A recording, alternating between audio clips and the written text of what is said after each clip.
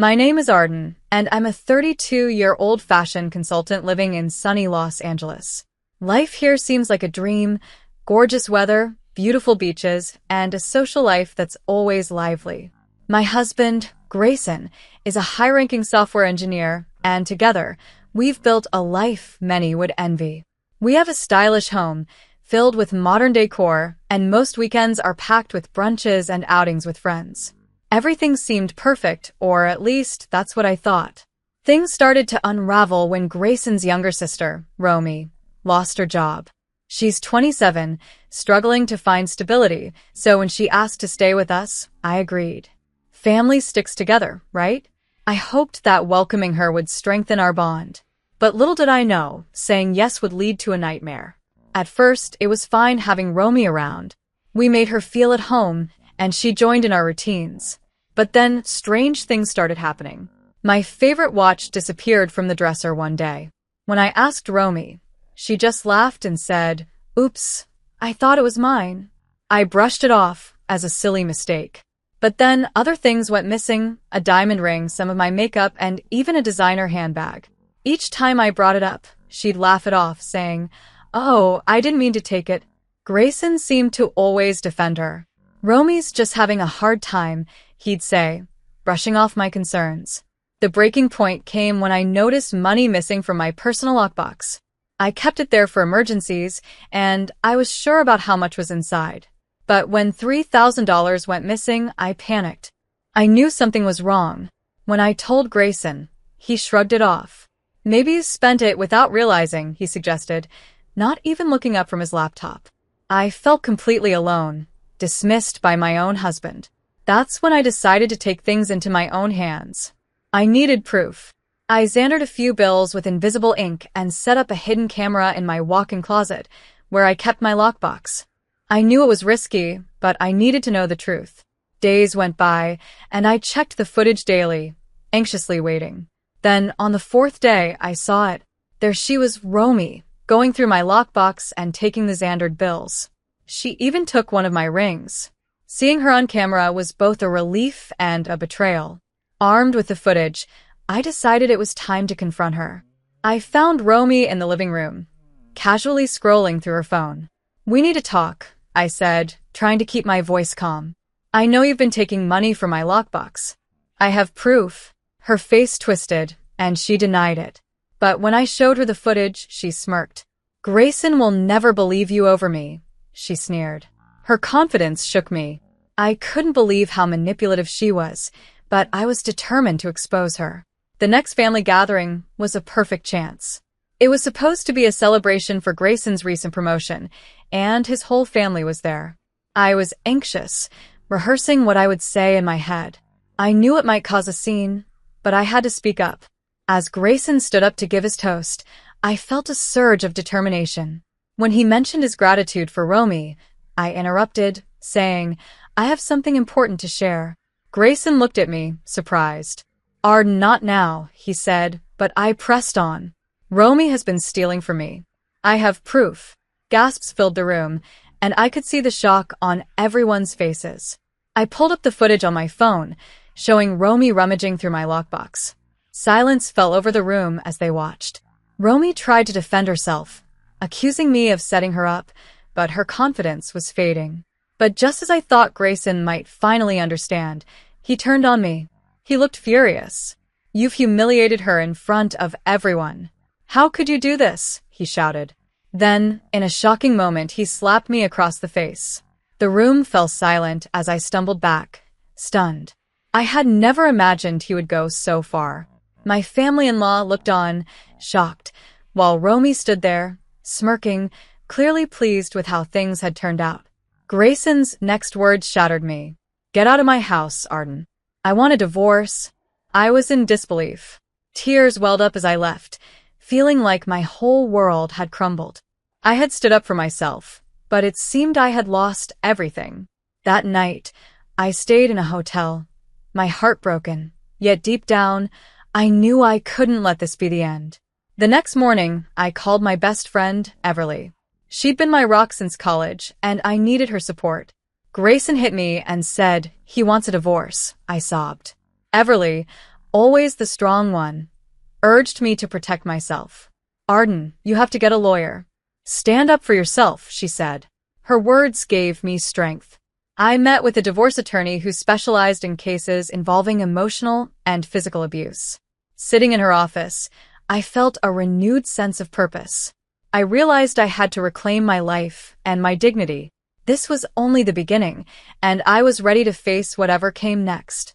And everyone's attention shifted to him. I felt my pulse quicken. This was the moment I'd been waiting for, a chance to bring the truth to light. Grayson cleared his throat, beaming with pride, and began his speech. Thank you all for being here, he started, his gaze moving from family member to family member. I couldn't have achieved this without each and every one of you, especially my sister, Romy, who's always supported me. The words stung, but I held my ground. Romy flashed a smile, basking in the attention. My grip tightened around my glass as I gathered the courage to speak. When Grayson finished and everyone raised their glasses, I stepped forward. Actually, I said, loud enough for the room to hear, there's something important I need to say. All eyes turned to me, curiosity flickering across their faces. Romy's smile faltered as she looked at me, a hint of defiance in her eyes. Grayson glanced at me, confused but supportive, as he whispered, Is everything okay? No, Grayson. It's not, I replied, my voice steady, but filled with emotion. I didn't want to bring this up in front of everyone, but I feel like I've been left with no choice. The room grew quiet as a heavy silence settled over us. Romy crossed her arms, her face a mask of feigned innocence. I know Romy has been taking money from my lockbox, I said, keeping my gaze fixed on her. I have proof, Grayson. I caught it on camera. Gasps rippled through the room, and I felt the weight of everyone's gaze. Grayson looked stunned, searching my face for any hint that this could be a misunderstanding. Romy's expression twisted into anger. Are you serious right now? She spat, her voice dripping with contempt. You're really going to ruin this family gathering with baseless accusations. I held my ground, refusing to let her intimidate me. It's not baseless, Romy. I wouldn't have brought it up if I wasn't absolutely sure. Grayson looked between us, torn. He took a step back, his face pale. Is this true, Romy? Romy's defiant stance crumbled just slightly, but she recovered quickly, shrugging as if it were no big deal. Grayson, she's being dramatic. She probably misplaced the money and wants someone to blame. But her words held no conviction. Grayson studied her, and I could see doubt starting to chip away at his trust. Show me the footage, he said finally, his voice tense. I pulled out my phone, my hands shaking as I navigated to the video. The family gathered closer, and I could feel their judgmental stares, but I held my chin high. As the video played, Romy's face shifted from anger to panic, and I knew I had her cornered. When it ended, Grayson looked devastated. He turned to Romy, his voice barely a whisper. Why? Why would you do this? Romy couldn't answer, her face flushed with embarrassment. The room was silent as Grayson turned back to me, regret and shame in his eyes. I'm so sorry. I had no idea. I nodded, feeling a wave of relief mixed with sadness. The truth was out, but it had come at a cost. Romy stormed out of the room, slamming the door behind her, and Grayson put his arm around me, holding me close. The gathering continued, though the mood was somber. I felt a sense of justice, but also a profound sadness. My relationship with Grayson had endured, but the trust within his family was shattered. I knew things would never be the same again. I could let this situation break me, or I could use it to build a new life for myself. The pain was raw, but I felt a glimmer of resilience stirring within me. I had spent too long being deceived, letting my voice go unheard. Now, I needed to find strength within myself. I picked up my phone and began to reach out to friends, people I'd drifted from during my relationship with Grayson. The support I received was overwhelming. Messages of encouragement and offers to help flooded in. Slowly, I started to realize I wasn't alone in this fight. There were people who cared about me and wanted to see me rise above this betrayal. Over the next few days, I focused on rebuilding my life. I found a temporary place to stay and started looking into lawyers. I knew I would have to confront Grayson again, but this time I would be prepared. The thought of seeing him still brought a mix of hurt and anger, but my resolve was growing stronger with each passing day. The hardest part was the nights, when memories would flood back, and I'd replay the confrontation in my mind. The image of Grayson siding with Romy and that victorious smirk she wore felt like a knife twisting in my chest. But with each painful memory, I reminded myself that I deserved better, that I was more than the sum of this betrayal. As the days turned into weeks, I regained a sense of purpose. I wasn't just fighting for justice against Romy. I was fighting for myself, for my future, and for the chance to reclaim my happiness. I knew the journey ahead wouldn't be easy, but I felt a newfound determination. I would rebuild my life, piece by piece, and come out of this stronger than ever. In the end, Romy's manipulation may have cost me my marriage, but it gave me something far more valuable. The realization that my strength came from within, and no one could take that from me, each day brought a renewed sense of peace and clarity. I was thriving at work, focusing on my career and the friendships that had been a lifeline through everything. My promotion in fashion consulting not only validated my dedication, but reminded me of my own resilience. It felt empowering to pour my energy into something I loved, where I could truly shine. Everly, as always, was by my side, celebrating each victory and reminding me of the strength I had found. "I knew you could do this," she'd say with pride, and every time, it felt like another piece of me was healing. We spent weekends exploring the city, finding new cafes, laughing, and enjoying moments that reminded me of who I was before Grayson and Romy turned my life upside down. Eventually, Grayson and Romy's drama faded from my mind. Their struggles and fallout were no longer my concern, though I occasionally heard updates through mutual friends. Romy was still dealing with her legal issues, and Grayson had left his firm, unable to rebuild his reputation. I'd be lying if I said I didn't feel some satisfaction. They were paying the price for their choices.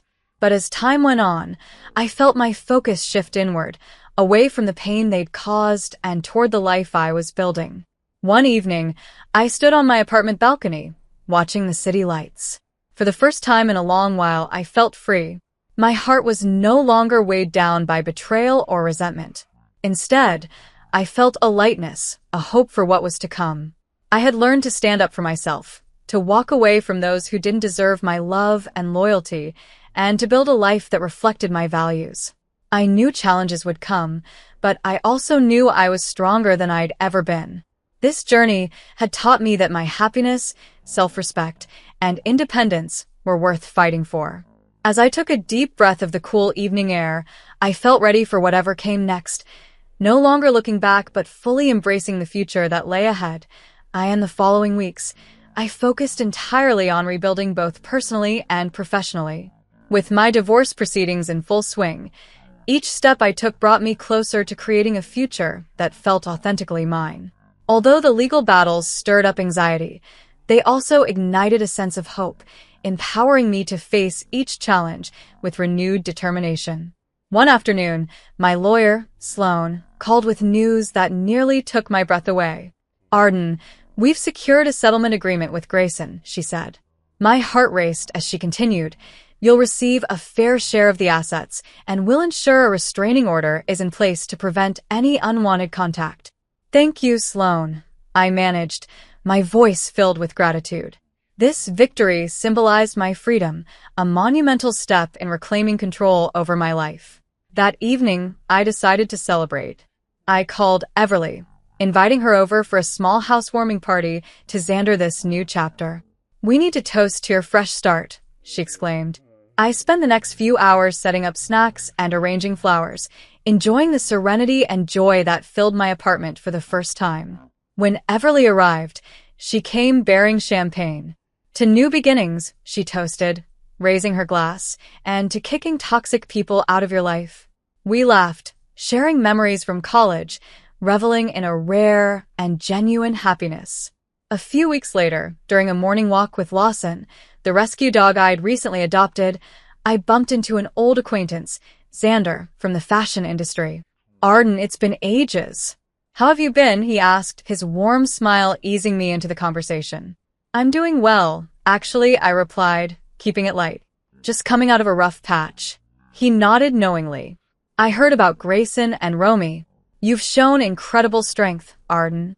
Thank you, Xander, I said, feeling a swell of pride. I'm finally learning to prioritize my happiness. We ended up grabbing coffee, and as we talked, I felt a connection I hadn't experienced in a long time.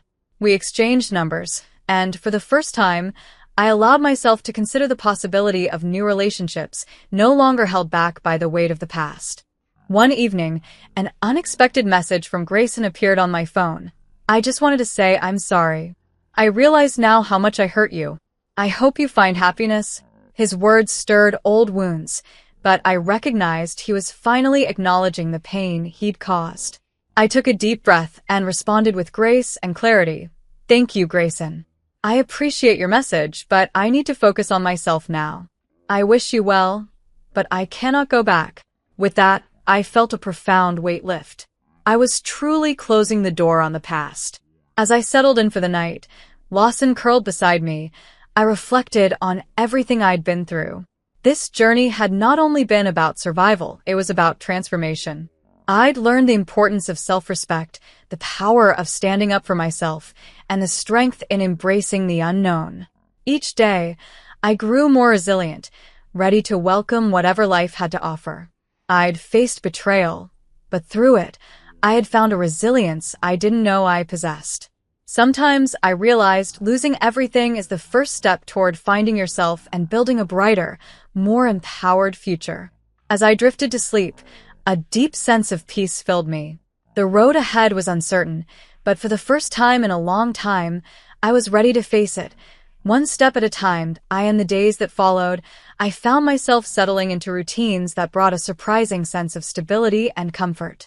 Each morning, I took Lawson for a walk through the neighborhood, feeling the crisp air on my face, breathing in a newfound freedom. It was in these quiet moments that I felt most connected to myself, no longer bound by the roles I'd once tried to play for others. With every step, I was leaving behind pieces of my old life and, in their place, discovering something new within myself. At work, I poured my heart into my projects. My boss, who'd noticed my dedication, entrusted me with more responsibilities, which were both challenging and exhilarating. I thrived on the creativity and vision I was able to bring to my role, and with every completed project, I felt a deeper sense of accomplishment. I was proving to myself that I could stand strong, that I didn't need anyone else to define my worth. One evening, as I was winding down after a long day, my phone buzzed with a message from Xander. "Dinner this Friday? I'd love to catch up again," he wrote. I felt a flutter of excitement, a feeling I hadn't experienced in so long. After a moment of hesitation, I replied, "Sounds perfect. Looking forward to it." I felt a smile spread across my face. This wasn't just about a dinner date. It was about allowing myself to open up to new possibilities, to feel joy again without fear. Friday came quickly, and I spent extra time getting ready, choosing an outfit that made me feel confident. When I arrived at the restaurant, Xander was already there, waiting with a warm smile. Throughout the evening, our conversation flowed effortlessly. We talked about everything, our careers, dreams, the places we wanted to visit. With him, there was no pressure, no judgment, just a simple, genuine connection that I hadn't realized I missed. As the night ended, Xander walked me to my car. "I'm really glad we did this," he said softly, looking at me with a sincerity that felt refreshing.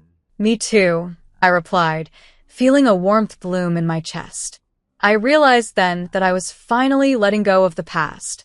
I didn't need to look back anymore. I was moving forward, step by step, toward a future I was building on my own terms. Over the next few months, my life continued to evolve in ways I'd never imagined. My relationship with Xander grew, slowly but surely, into something that felt real and nurturing. He respected my independence, admired my resilience, and never tried to overshadow my journey. It was a type of partnership I had only dreamed of before, one that complemented who I was without trying to redefine me. In moments of reflection, I'd think back to the pain I'd endured, the heartbreak, the betrayal, and the fears that once kept me awake at night. But now, they felt distant, almost like shadows from another life. I saw them not as scars, but as reminders of my strength and capacity for growth. Every tear, every sleepless night had led me here, to a place of self-assurance and quiet confidence. One afternoon, as I was cleaning out some old boxes, I stumbled upon a photo of Grayson and me. For a brief moment, I felt a pang of nostalgia. But it was fleeting, like a distant echo, and instead of sadness, I felt gratitude. That part of my life had shaped me, but it no longer defined me. I took the photo, placed it back in the box, and closed the lid, ready to leave it in the past. A year later, as I stood in my own boutique, a dream I'd finally realized, I marveled at how far I had come. Friends and family gathered around to celebrate, Everly by my side, beaming with pride. "I knew you'd do it," she whispered, giving me a tight hug. As I looked around at the people who supported me, I felt a surge of gratitude for each one of them, for helping me reclaim my life and rebuild a future that was all mine.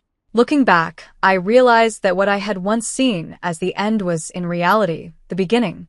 I had lost everything that no longer served me, only to discover a strength and purpose that were waiting just beneath the surface. My journey had taught me that sometimes the most painful chapters lead to the most beautiful transformations, and that happiness doesn't always come easy, but it is always worth fighting for.